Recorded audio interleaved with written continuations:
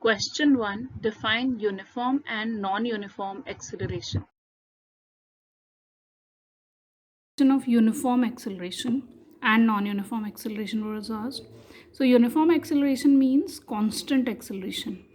It means that the change in speed of body is constant with time. That means same change in speed of body is taking place during the same time interval.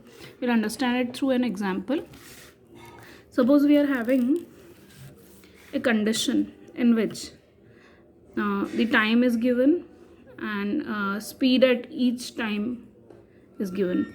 So at time t is equal to 0, that means at the beginning of time the speed is 20 km per hour.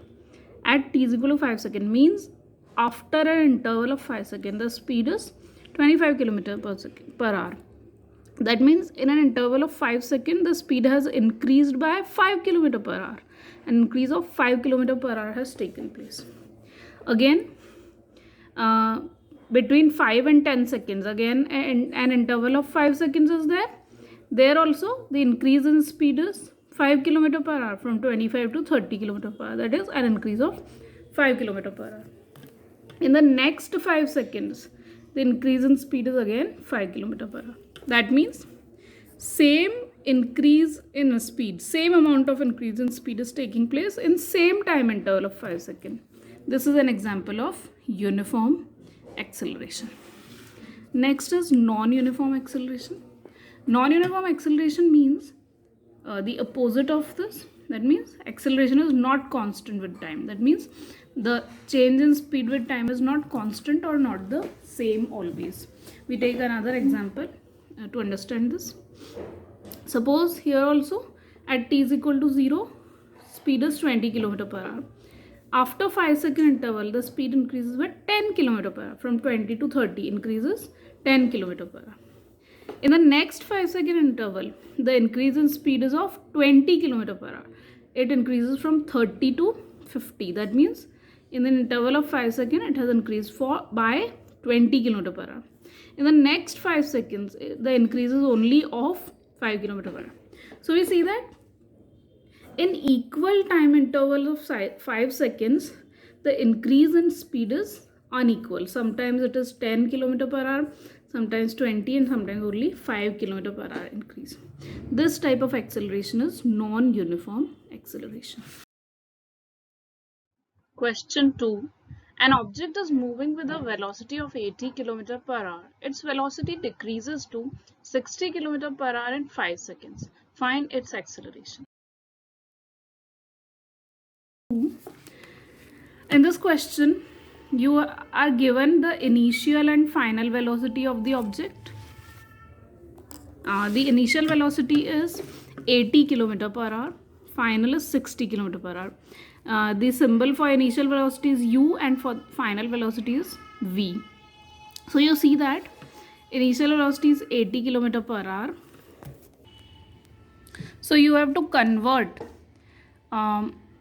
the velocity in kilometer per hour into the SI unit, that is meter per second. So in order to convert kilometer per hour into meter per second, we convert 80 kilometer into meter. So how do we do that? We multiply 80 by 1000. So it is 80 into 1000 meter. And in order to convert upon 1 hour into seconds, it is 3600 second. So on calculating, we get 22.22 meter per second. So we have converted 80 kilometer per hour into meter per second, which is the SI unit. It is always necessary to convert any quantity from given unit into its SI unit. If it is not given an SI unit, then you always first convert it into the SI unit. This is the rule. The next final velocity V is given 60 km per hour. That too you have to convert in the same way into meter per second. It is necessary for correct solution because time is given in seconds. So the speed must also be in meter per second, otherwise you will get it wrong. Now the formula for acceleration, we have to determine the acceleration. So the rule for solving a numerical is that you always write the given quantities first, and if you need to convert them into SI unit, you do that too, and then you know given quantities, you know what you have to find out. You write the required appropriate formula and use the values into that formula so that you can get the answer. So we have to find out acceleration. So we substitute all the values here.